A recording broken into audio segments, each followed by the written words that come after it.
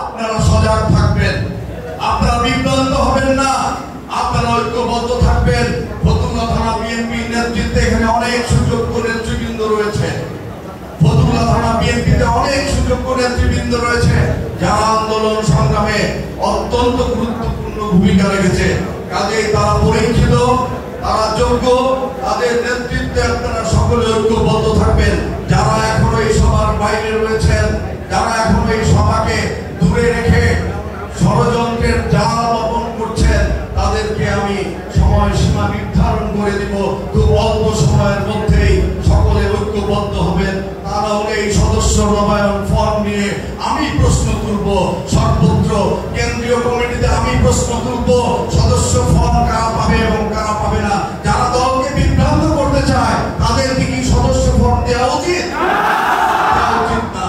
যারা দলকে ঐক্যবদ্ধ রাখতে চায়, যারা দলকে শক্তিশালী রেখেছে, বেশিরভাগের বিরুদ্ধে যারা ঐক্যবদ্ধ থেকে লড়াই সংগ্রাম করেছে, শুধুমাত্র তারাই এই সদস্য নবায়ন ফর্ম পাবে এবং তারাই ফিল আপ করবে।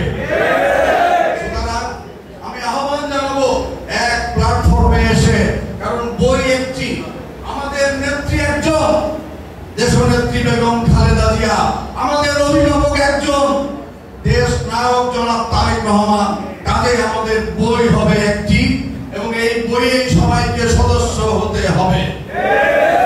আরেকটি কথা মায়া বলেছে এবং টিটুও বলেছে, এই ফর্মের মধ্যে দেশনেত্রী বেগম খালেদা জিয়ার স্বাক্ষর রয়েছে। দেশনেত্রী বেগম খালেদা জিয়ার পাশে আপনি স্বাক্ষর করবেন। কাজেই আপনার মান মর্যাদা, সম্মান, ইজ্জত, সামাজিক মর্যাদা, রাজনৈতিক মর্যাদা বহুগুণ থেকে বহুগুণ বেড়ে যাবে। কি ঠিক কিনা ভাইরা? আরে এই মর্যাদার ফর্ম, এই সম্মানের ফর্ম, এই স্বীকৃতির ফর্ম, আমরা যে দীর্ঘদিনের দল করেছি এটা আমাদের জন্য একটি স্বীকৃতি। কাজে এই স্বীকৃতির ফর্ম, এই মর্যাদার ফর্ম, এই সম্মানের ফর্ম, এই ফর্মে কোনো ফেসিবাদের যেন জায়গা না হয়, সেই পবিত্র আমানত, পবিত্র দায়িত্ব আমি থানা বিএনপির সভাপতি সহ যে সকল নেতৃবৃন্দ রয়েছে তাদের উপরে অর্পণ করেছি এবং ইউনিয়ন বিএনপির সভাপতি সেক্রেটারিদের উপরে অর্পণ করেছি এবং ইউনিয়ন ওয়ার্ড বিএনপির সভাপতি সেক্রেটারিদের উপরে অর্পণ করেছি। তবে আরেকটি কথা মনে রাখতে হবে, প্রতিটি ওয়ার্ডে, প্রতিটি ইউনিয়নে এবং থানায় থানায় আমাদের অঙ্গ সংগঠনের ভাই বোনেরা রয়েছে, তাদেরকে সঙ্গে নিয়ে আপনারা যে ইউনিয়নে সদস্য ফর্ম সংগ্রহ করবেন, সেই ইউনিয়নে যে সকল অঙ্গ সংগঠনের সভাপতি সেক্রেটারিরা রয়েছে তাদেরকে সাথে রেখে আপনারা এই সদস্য ফর্ম পূরণ করবেন। তারা বলে তারা তো আমাদেরই সন্তান, আমাদেরই সহযোগী, তারা তো আমাদেরই কর্মী, আমাদেরই সংগঠনের নেতা। কাজেই তাদেরকে সঙ্গে নিয়েই আমাদের এই সদস্য ফর্ম পূরণ করতে হবে। এই বিষয়টি আপনারা খেয়াল রাখবেন। কোনোভাবেই যেন এটা ভুল না হয় সেদিকে খেয়াল রাখবেন, এটা নিয়ে যেন কোনো বিতর্ক না হয় খেয়াল রাখবেন।